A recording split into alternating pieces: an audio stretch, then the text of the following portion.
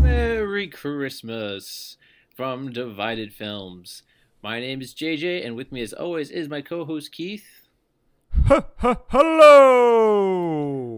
Ho ho ho, indeed, Keith. Another season done, another year gone by, but it Yeah, this went fast. went by fast. But it's been a lot of fun. I think we talked about a lot of great movies, and especially this past few weeks, we've definitely been in the holiday mode.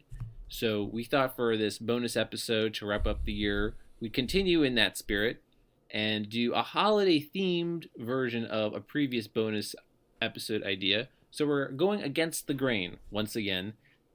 So either picking movies that audiences and critics liked that we dislike, or vice versa, picking movies that audiences and critics disliked that we liked. But they're all Christmas movies, and so you're going to see some classics here, and we might be hitting some points of contention with our listeners here. So we'll see. We shall see. And I'm ready to get crucified. I just know it. I know that I can. The mob is outside my house. Yeah, you're gonna wind up on the naughty list probably, Keith, because I'm aware of your choices ahead of time. So here we go. Let's start off with one of your choices. Actually, the movie that audiences and critics like but you dislike is a classic tradition that's one of a kind. A Christmas Story. Just to give you a sense of how much this is liked, on Rotten Tomatoes, this movie has an 89% approval from critics and 88% approval from audiences, and the critics' consensus, both warmly nostalgic and darkly humorous. A Christmas Story deserves its status as a holiday perennial. Case closed. Well, maybe open, because now Keith is going to have his say as to why he is in disagreement about A Christmas Story. Pick your words carefully, Keith. I'm like nervous. Well, one, I have a couple things to say. One, I do not back down from a challenge. I think picking a movie that you haven't already chosen, a Christmas movie that audiences, critics love, that I do not care for, it's not even that I'm curious to hear what everyone's take. If you had to choose one, I'm kind of curious to what everyone had to say. Because funny enough, when I asked my coworkers this, all of them, without prompting it, said A Christmas Story. So I kind of found that interesting. I also don't want to be the leader of a movement for either of my choices. I don't want to be, he said it, he's the letter. I don't want to be the face of anything. You're the anti-Christmas Story guy. I was very nervous when I chose this movie. And I thought I was going to text you right before I watched it going like I made a huge mistake. And I watched it. And I realized like it's not necessarily it's not a bad movie. I don't think it's a bad movie. I just have no nostalgia for it. And I do not think that it's not that even that I missed the boat. It's just that when I finally saw all of it, I was whelmed to underwhelmed. Whelmed. That's funny. Well, here's the thing too. I will say that when it comes to opinions about Christmas movies, your opinion, and that's like a general you, I think people's opinions really depend on their attachment, their childhood attachments to Christmas movies. You can maybe discover a new one that you like, but for the most part, if you grew up with a certain Christmas movie, you'll be more likely to favor it, right? There's that nostalgia bias. So I totally get that. And I think that, for the most part, there are people, I do know other people who aren't crazy about A Christmas Story, and they didn't grow up with it. I, on the other hand, did grow up with it. But, watching it not in the usual way that you watch most movies from start to finish, I was more used to it being in that 24-hour marathon on Christmas Day and sort of having it on and catching it at different parts and having my favorite parts to especially pay attention to. And I think that behooves this movie because A Christmas Story is really a series of vignettes. You could call it Christmas stories, really. And so I think even the commercials when it's on TV are strategically placed to start to be placed at the start and end of these chapters. So I think I watched it from start to finish for only maybe the second or third time ever, because I'm just used to just catching it in that loop. And yeah, I feel like it's kind of odd watching it just from start to finish. It just kind of starts and ends, and I still like it, but it's not the way I prefer to watch it. Yeah, I have no problem with it being like a meandering hangout movie. It's I don't want to say plotless, but I don't have a problem with that. I just whenever people would ask me if I ever watched A Christmas Story, my answer would be kinda. I've seen it all, just not all at once. Because I've seen like I know it from the 24-hour marathon on TBS, and I always caught the parts. I know all the I know the specific part, but I never watched it really straight through until sometime in my 20s when I think we were just home for Christmas, and I actually did watch it, and I was like, this is fine. I think it is fine. I do have, and I just wanted to make sure, I think I do have an array of Christmas movies, at least 10 other Christmas movies that I would put in front of this that maybe that I think are better, or even that I'm more nostalgically attached to. I just don't have, like, there are funny parts of this movie and there are fine parts of this movie. I actually think the child actor, Peter Billingsley does a very good job as a child actor. I just do not hold the, like, oh my God, this is the best movie of all time. Like, this is the best Christmas story of all time. Yeah, to others, maybe, but not to me. And people are throwing rocks into my apartment now, JJ. They can hear me. Yeah, you know what? Because I'm not here to say the Christmas Story is the best Christmas is the best Christmas movie of all time. That's so subjective. It all comes down to it's up there on a lot of lists. I looked at it. It is. I would say that because of TBS in the 24-hour marathon, it's almost considered to be synonymous with Christmas Day. Like, for me, because I only ever watched it on Christmas Day during the marathon, for me, it's almost as if to watch this movie means it is Christmas. So it does have a lot of that nostalgia for me. I mean, it's even in the consensus there. But like, trying to watch it more objectively, there are things I appreciate more as an adult now, like the fact that this is an interesting, just slice of life sort of movie, looking into this era of American life, early 40s, Midwest during the holidays, what family life was like. I get a kick out of some little aspects, like how this there was no TV yet. That was right before TV. When it's time to watch the kids' favorite program, they sit in front of the radio and they just stare at the radio as they hear this radio show about Little Orphan Annie, like things like that. What kids did to entertain themselves. I like getting a glimpse into that, and I'd be curious, how accurate it is. I buy it. It seems very authentic to me, and I think I really find the cast charming. And it's funny, as a kid, I obviously resonate more with the Ralphie character and that desire to get that one gift, that coveted gift. But now as you'll an adult, shoot your eye out. Yeah, damn it, you'll shoot your eye out. But as an adult, too, I pay attention more so to the parents, and I really admire the different dynamics that each parent has with the kids, especially, like, the end with the dad when he gets the gift for the son. And I find that such a beautiful father-son moment when he's unwrapping the BB gun and the father is, like, so, like, he's the happiest he is in the entire movie to share this with his son. It's a little weird, maybe in a modern lens, having, like, a sweet, sentimental moment of a kid unwrapping a gun, but yeah, it's forget that it's a BB gun. It's just having that magical moment on Christmas that makes it the whole season worth it. I like to blame society for making me feel like, I do think because it's been the way it's been played, the way it's been overhyped. I don't even want to say overrated, but like, it's definitely been overhyped to make me believe that it's the best Christmas movie. And I know I'll come back to it, but I would like to take a break.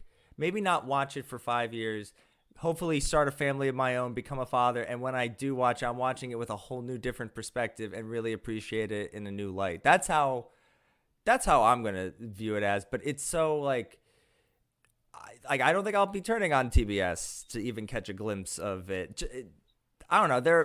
I have my Christmas movies. I actually did watch they kind of should do what It's a Wonderful Life, like if it played maybe once a year on TBS at like this instead of 24 hours. I don't know, that would be more special.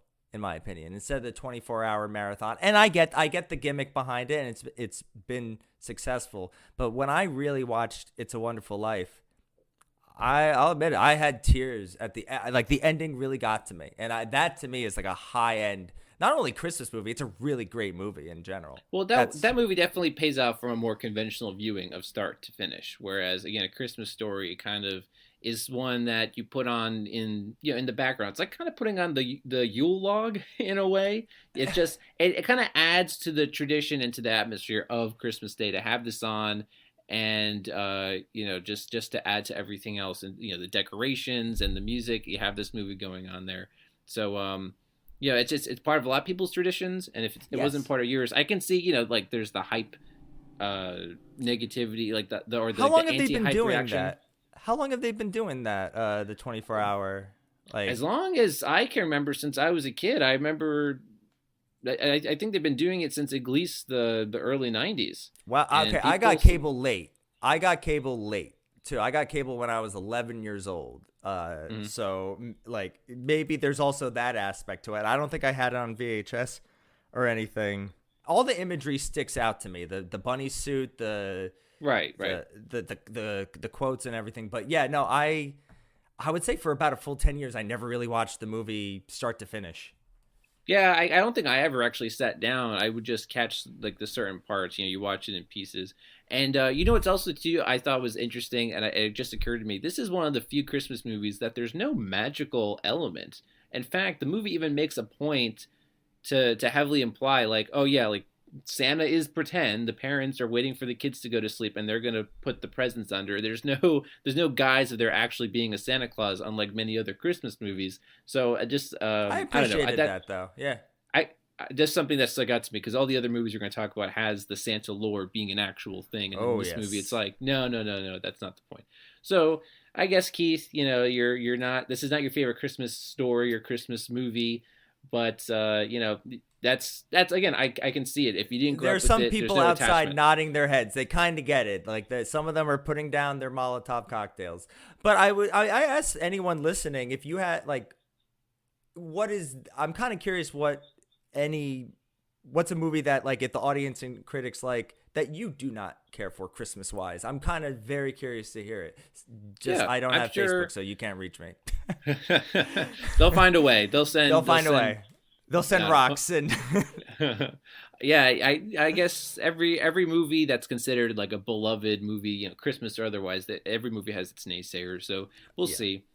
Okay, so that's a wrap on A Christmas Story, and our friendship is still intact, thankfully, after that discussion. But now it's my time, my turn for maybe a little heat to be on the outs tier of the opinion. So we're going to move on to my pick for a Christmas movie that audiences and critics like that I dislike, and that is the 1994 Tim Allen. Johnny naughty, Gary nice, Veronica very nice. The Santa Claus. Nice teeth. This Christmas movie has a 72% approval from critics, 65% approval from audiences, so not as enthusiastic, say, as A Christmas Story, but still fairly well liked. And the critics' consensus, the Santa Claus is utterly undemanding, but it's firmly rooted in the sort of good old-fashioned holiday spirit missing from too many Yuletide films, modern Yuletide films, I should say. So, again, this is not one that I particularly grew up with, the Santa Claus. Not part of my Christmas, not part of my Christmas tradition to tune into this one. I think my older cousins were more into this one, right? 1994, I was like too young when this comes out, and my cousins were like the right age for this. So, I think if, for example, I went over to like relatives for Christmas, they would have it on, but I didn't pay too much attention to it. Having watched it recently, maybe for like only the third or fourth time, this Christmas movie just does a lot of things that I don't really care for in a lot of other Christmas movies. Like, I don't know, some of these cliches, like the whole subplot of child custody and everything, I think takes away from the what should be a clever concept. And then the concept itself is, it's clever when you pitch it on an elevator, but then the more you think about it, it is kind of dark and bizarre. I don't know, like when a Santa Claus dies, the next guy who just happens to put on his jacket becomes the next Santa Claus. And what's really weird about that too, I noticed, is that when Tim Allen arrives in the North Pole and everyone's like, "Oh, you're the new Santa," like, I guess the other guy disappeared. Like, no one seems too beat up that the last Santa Claus is dead. It's like Popes. Yeah. It's like, all right, next one. I don't know. It's again an interesting concept, but too much of it does not work for me. I don't like the kid. I find the kid in this movie to be kind of annoying. Not all the humor really hits for me. I think Tim Allen has some funny moments, but again, like this whole convoluted subplot about how he's losing custody of his kid because he has too much imagination. Like, I didn't really get any of that, and nor did I really care. Like, why not just focus on a guy becoming Santa Claus? That's the part that was sold, and any of the part that kind of worked. But instead, we get bogged down in a really, I don't know, a head scratching B plot. Yeah, this movie. Well, yeah, this movie, like the line pitch of this is just okay. That hey, Tim Allen becomes Santa Claus. Even the title, the Santa Claus. Like I think they contract. just sold you on that. And we're gonna have to explain to a younger generation that Tim Allen was at least like a bankable comedic actor at one point in the early '90s. Yeah, he was up there in the '90s. I don't want to offend anyone out there. If you like this movie, that's fine. But this movie is for babies. Like, this movie is legit for young people. Although I was surprised at how long they do. This movie is about like child custody. Like there's at least like 10 minutes dedicated to Tim Allen losing custody of his child because everyone thinks that he is Santa Claus. I want to see a movie from Judge Reinhold and the mom's perspective because they must think that he is insane. But I totally don't even understand. Even before he starts turning into Santa Claus, they're like, we don't think it's good for him to be around you. Like, why? Because he has an overactive imagination? That makes no sense. And then what else? Oh, because you're getting fat and you have a white beard, you can't have your son anymore. None of that really made any sense to me. I have two questions about this movie. One is more of a statement. When the Judge Reinhold at the end, Tim Allen leaves to go do his presence as Santa Claus, and Judge Reinhold is like, "Hey, you'd make a pretty good psychiatrist." And the kid goes, "I'm going to go into the family business." Does that mean he's going to kill his dad? Yeah.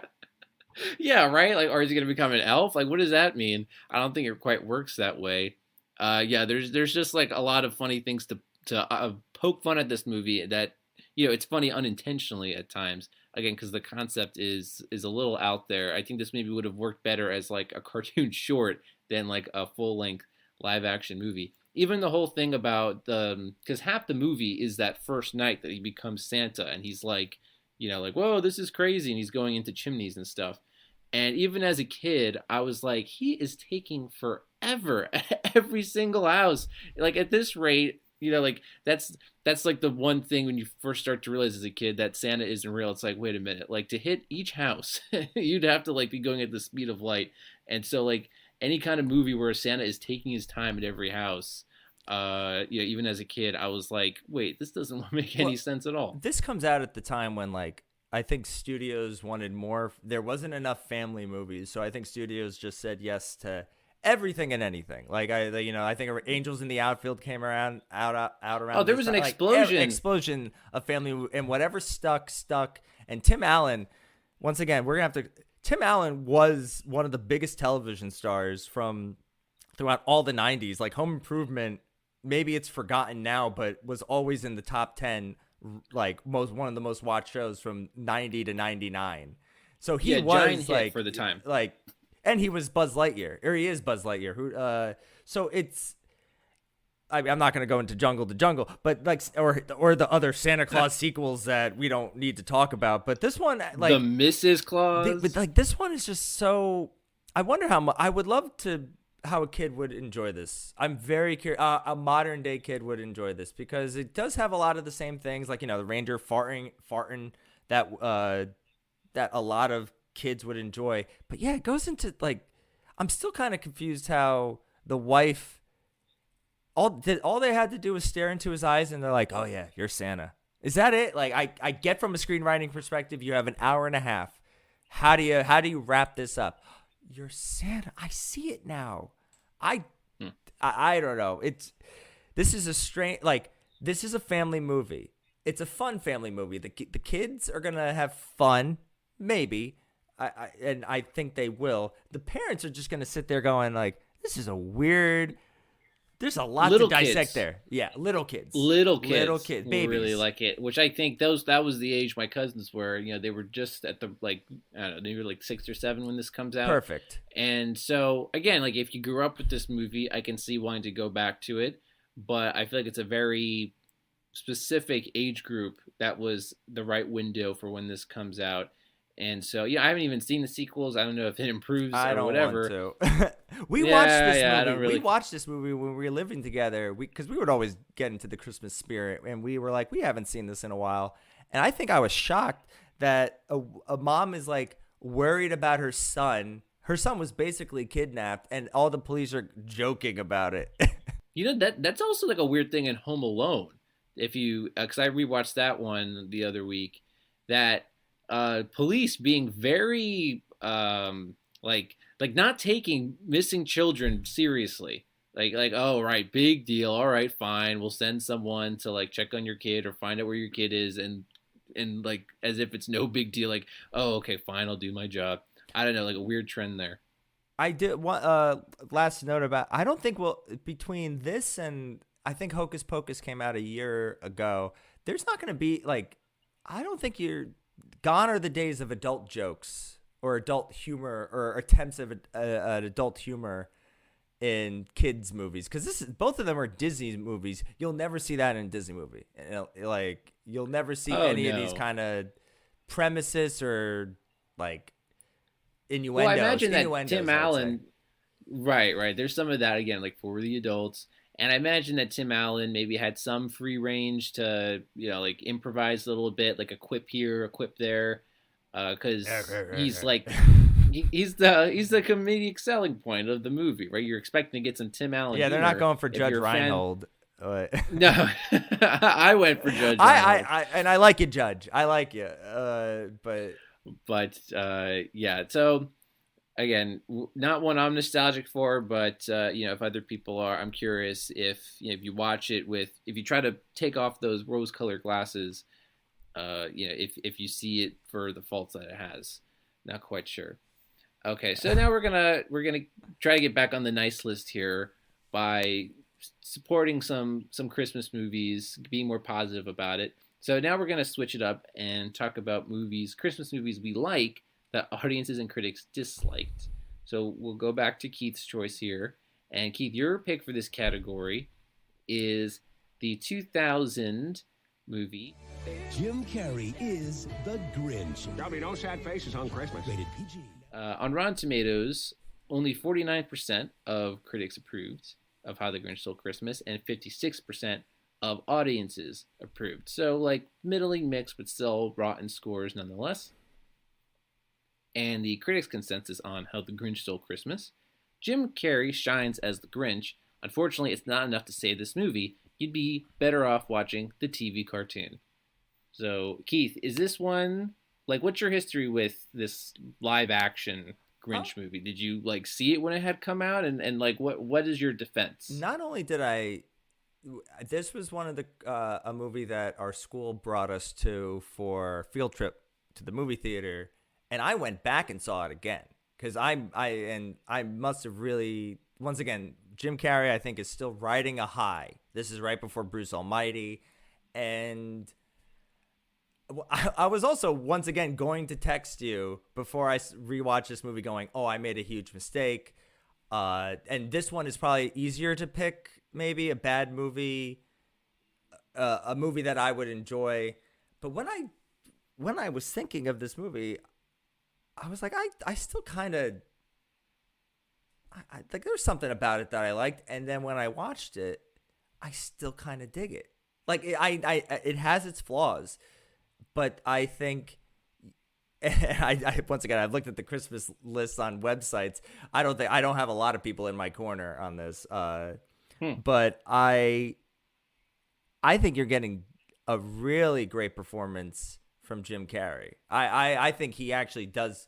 There are times I forget the makeup is so good, and I know that he hated doing all that. But Rick Baker, Oh my God, Rick Baker is a master at this is like his 7th Oscar. I think this won the Oscar and rightly deserved it. But in that opening when he smiles, that's the Grinch. It's Jim Carrey, but it's the Grinch.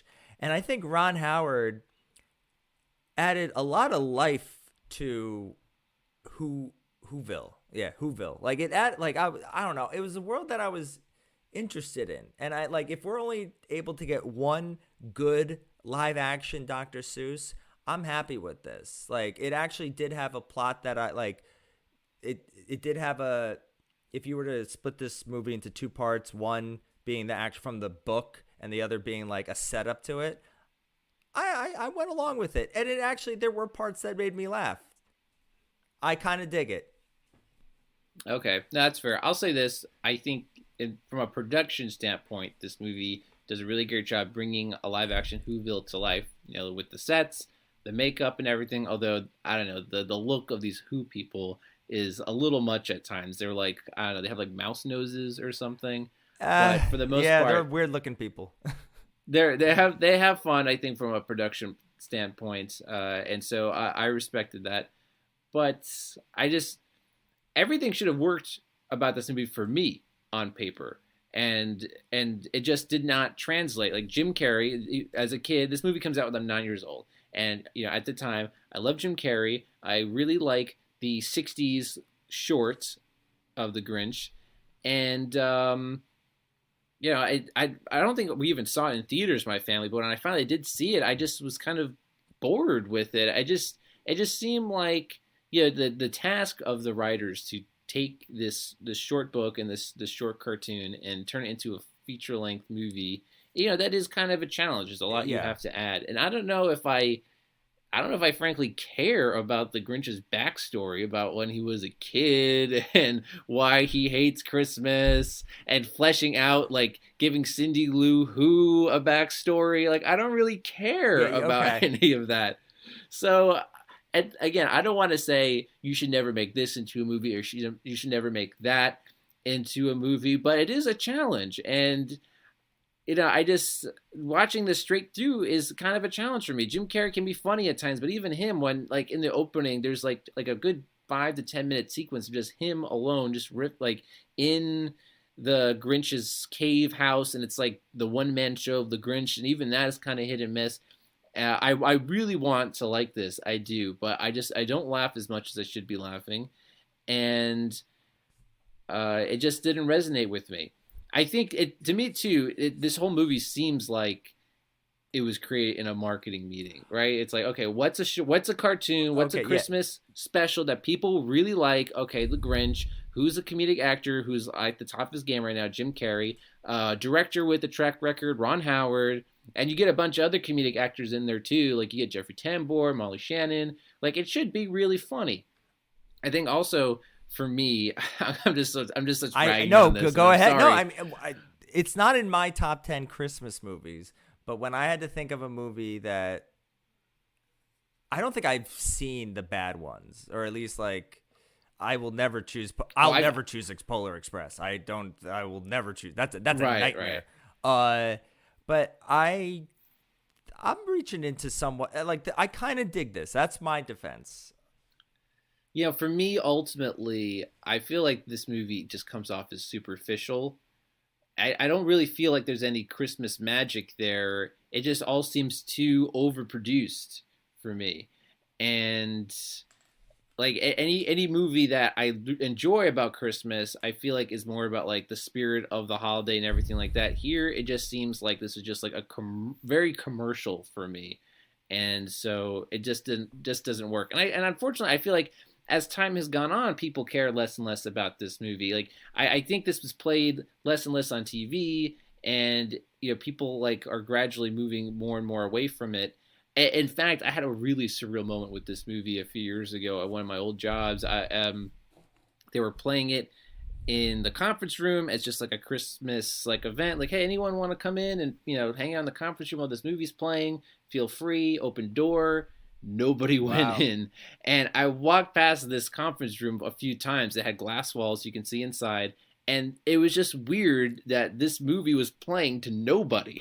It was such a surreal moment. It's like you can spend millions and millions of dollars, sit in a makeup chair for hours and hours and hours, and all of that could be played into like an empty room eventually, Wow, yeah. like almost 20 Oh years my later. God. Just I feel like that really encapsulates how this movie has aged over the years. It really wants to be a classic. It really does. I just also another issue for me is that it's like it's too frantic too at times. Like when you're in Whoville and people are shopping at stuff, I feel like it has like the energy of maybe a play. Like maybe this could work better on stage, and you can, like I feel like the actors are like, it just from the energy of it, it seems like really frantic at times, and that's a little that's a little off putting. So it's too bad. I think this movie does have some fans, but less. Yeah, than less yeah, no. each year. And once again, I don't want to be the face of a movement here. There are dozens of. You're the face of the Grinch. I don't want to. Look, this does not hold a candle to the cartoon. And apparently I was shocked. I think I remember seeing a trailer for this, but they tried to.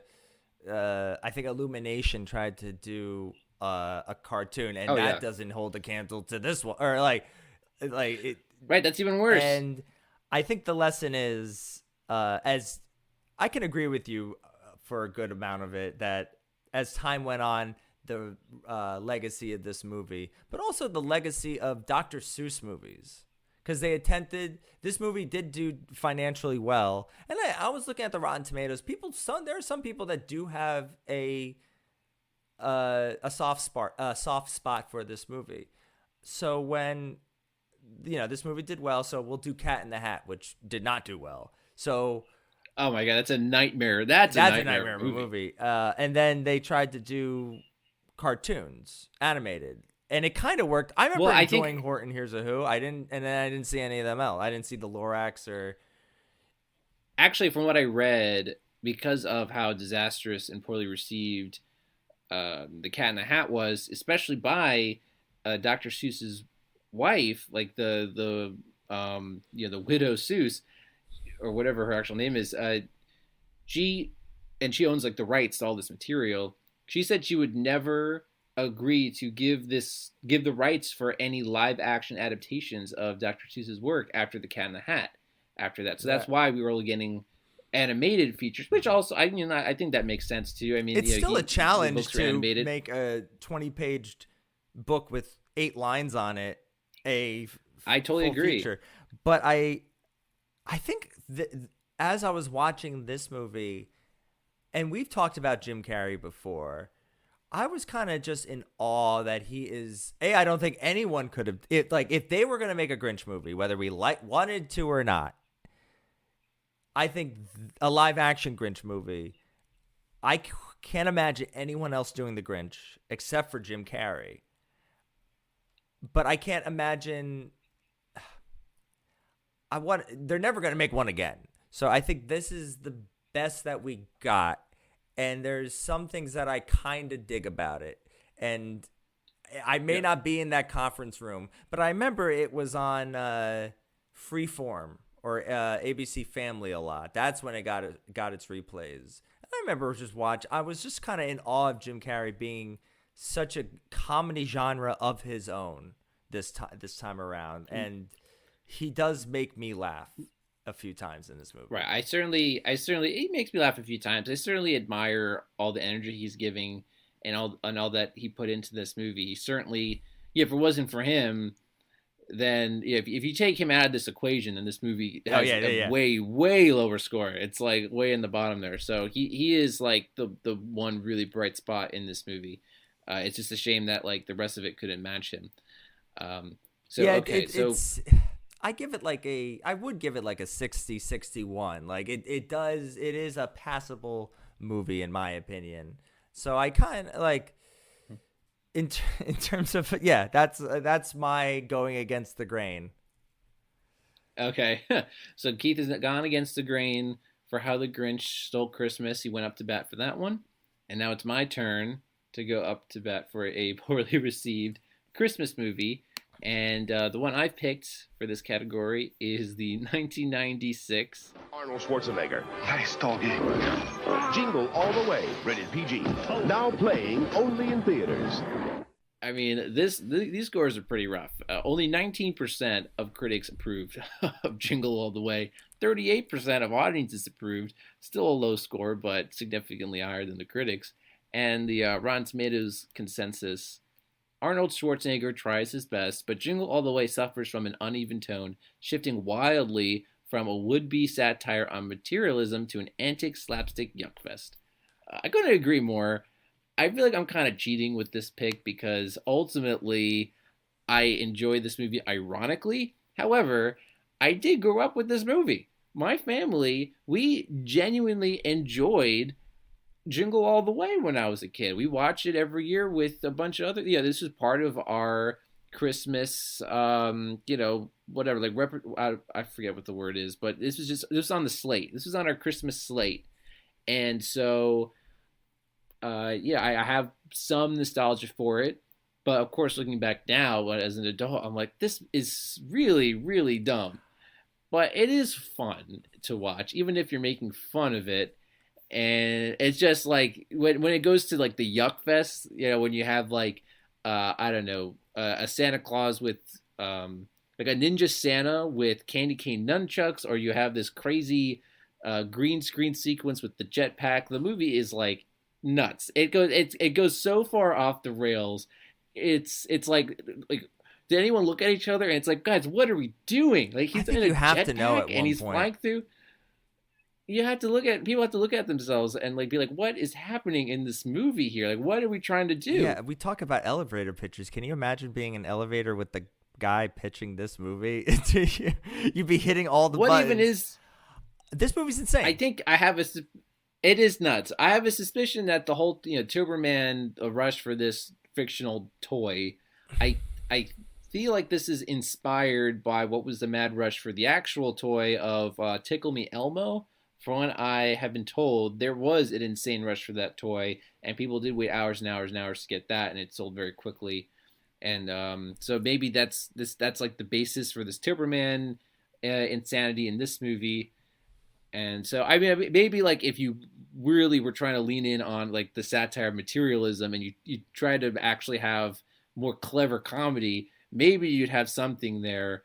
But ultimately, it becomes like a live action cartoon. Oh well, definitely. It's like, well, who is this for? That now? is 100%. And yet, we always say that time is like a movie's best friend in this. I have probably seen, whether it's with you at our friends' holiday parties where it's on in the background, or we're just like having a holiday movie party. There are a ton of YouTube channels that I love that do commentary for this movie. I have probably seen this movie more times in the past decade than the other three movies.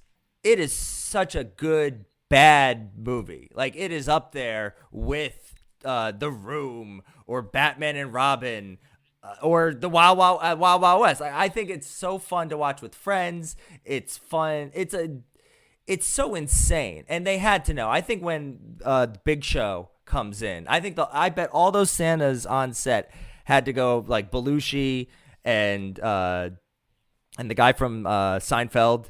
Oh yeah, Mickey from Seinfeld. Yeah, they had to go like, this is so bad, but let's just own it, ham it up. Yeah, they totally ham it up, and it's like, this is during when Arnold Schwarzenegger decided he wanted to do family movies. I mean, I think this is after a bunch of the other ones that are also poorly received, like, Kindergarten Cop, Junior, Twins. Like, he was really determined to do family comedies.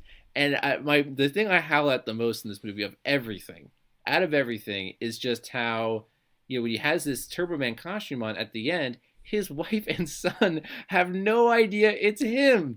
And there's nothing covering his face. He's speaking in his thick Austrian accent, and they're like, wow, how does he know my name? Like, wow, I wish my dad could be here. Well, I got something to share with you. Howard, oh my God. It's like, how many Austrian bodybuilders are there in Minneapolis? That's the thing that still makes, I'm laughing now just thinking about it. It is so ludicrous. Like, Sinbad calls in a bomb threat. Yes. And everyone's okay, or not everyone's okay with it, but It's part of the plot of him pulling out a box and going like, people leave this in posts all the time. That I'm calling it a bomb. And also, Which, like, Sinbad's great in this too, in a bad way. But he's Sinbadding it up. He's such an insane character. Like when in his first few minutes on screen, he's like strangling a random woman that I feel bad for. And then also like, whose idea was it to make a joke based on the Unabomber, right? Because that was what was going on in the 90s. People were terrified to get an explosive in the mail. Like, and someone thought, you know what? This would make a funny subplot in the Christmas movie I'm writing. I don't know. There's so much about it that makes no sense that it's a treasure trove. It is the Room of Christmas movies. Yeah, but I think there's something once again, I've seen this probably more like all the last 3 movies that we talked about combined. Like I've seen this movie through like and I've had fun watching it. There is something to be said there. Not maybe what the filmmakers had initially set out to be what the entertainment value out of this is, but yeah, I mean it's super quotable too. I mean, I mean obviously Arnold Schwarzenegger is like the easiest person to do an impression of, but like so many lines, like I love saying like "put the cookie down," Put the cookie down. That's a classic line, you know. Jamie, there's so much in this movie. Chris Parnell laughing. All right, a very young Chris Parnell, just as an insane toy store worker. I mean, also you have Phil Hartman in this. It was excellent. The sleazy single dad next door. And something I thought about during the most recent watch of this that I hadn't thought of before. It's like, wait, is this Phil Hartman character? He is insane, this guy, but also it seems like he could have any woman in this neighborhood that he wants. Why would he pursue the woman married to like a 6'5" bodybuilder? It's like, why would you try to get with the woman whose husband can totally just break you without even flinching? And he buys a reindeer. Yes, he has like that. A reindeer. That adds to the insanity. Which Arnold Schwarzenegger calls a doggy, good doggy. Like, there are points in Phil Hartman's plot line where he's like, I enjoy your wife's cookies. You'll never see that in a kid's movie. Like there was something, as many family movies as there were in the 90s, the innuendos that were in these movies are they're in abundance. I don't know what they were thinking when they were making these 90s family entertainment or even kids entertainment, because even like cartoons for kids back then, like Rocko's Modern Life or Ren and Stimpy, those were full of sexual innuendos. Like, what was the deal back then that it's like, you know what? Like, we're trying to entertain the whole family, but let's also try to get away with as many dirty jokes as humanly possible. I was going to say, it's probably like, what can we sneak past? And it's just like, yeah, Phil Hartman is just like, hey, how you doing? Like, can I have your wife's cook? I'm enjoying cooking for your wife. Like, he's like a real life Zap Brannigan. It's amazing. I do miss, like, this movie also makes me incredibly miss him. Like, I miss him in like such a comedic force, at least for me. And it's. I have one more thing I have to ask. This movie has a lot of power to it, and there is Christmas magic. Yeah, there is something to be said that it is fun to watch. It's people are still watching it to this day, even if it's ironically like smart aleck hipsters like who grew up in the 90s are keeping this alive. And one other thing I was curious about, you have this kid, Jake Lloyd, who obviously we know was most known for a young Anakin Skywalker. Did George Lucas watch this movie and thought that's Anakin? Because he is like bad in this movie. He's like a pretty annoying kid. Like, come on, Dad, you said you would be here. It's like Turbo Man always says. It's like every line that comes out of his mouth, I'm just like cringing. I'll tell you this, that there's a good possibility that happened, but it made me appreciate once again Peter Billingsley as Ralphie, right? Because I'm trying to think of any 90s kid, any 90s son, from Liar Liar to Santa Claus to because I was just Jingle saying All the Way to the Santa Claus kid. Yeah, the Santa Claus kid I thought was pretty whiny and annoying. They're all named Max, and they all have the same haircut. Yeah, none of them. I think if you weren't Jonathan Taylor Thomas in the 90s, you really weren't having a career. And Jonathan Taylor Thomas didn't even want a career. We always go back to JTT on this podcast. JTT. But yeah, just like curious, this guy that starred in this movie. I think a and he goes on majority to of be people Anakin. would give you this, like Yeah. or a majority of people, like, they know it's bad, but damn it, if you're like, damn it, they really went for it, and I didn't get, at least I don't. If you're making a movie that's like, I think what's great about The Room is it is authentic. They are trying to entertain you, but how they entertain you is so, like, you're kind of amazed by their authenticity that it ends up being enjoyable. Right? Like, they're yeah, not ironic about it.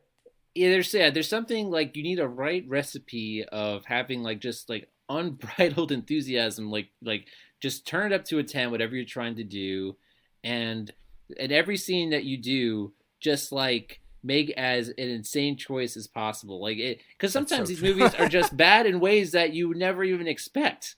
Like some of these lines, some of these deliveries, some of these scenarios, it's like, wait, what did they say? What is happening now? It breaks you at some point. So you just have to totally. Sometimes it's worth making the insane choice because then you. Sinbad is willing to, once again, all the terrible shit that he does throughout the movie, but he chases Jake Lloyd. He's willing to kill a kid for a toy. Yes. Like, even when they're dangling for their lives on that tree, they're dangling from a building. He still is saying, "Give me the doll, kid." It's like, what? Like, you are about to die, and you still are laser focused on this. And a Turbo Man costume doll? like that should not work like that. But He knows the ins and outs. Also, okay, so this kid almost dies for this doll. And at the end of everything, when Sinbad's getting arrested, Jake Lloyd's like, "Here, you can have the doll." It's like, what?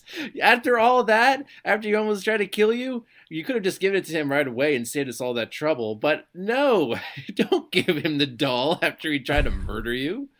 Like, oh, Christmas spirit and whatnot. Like, no, he does not deserve the goodwill of Christmas spirit after that. Oh, man. I can go on and on.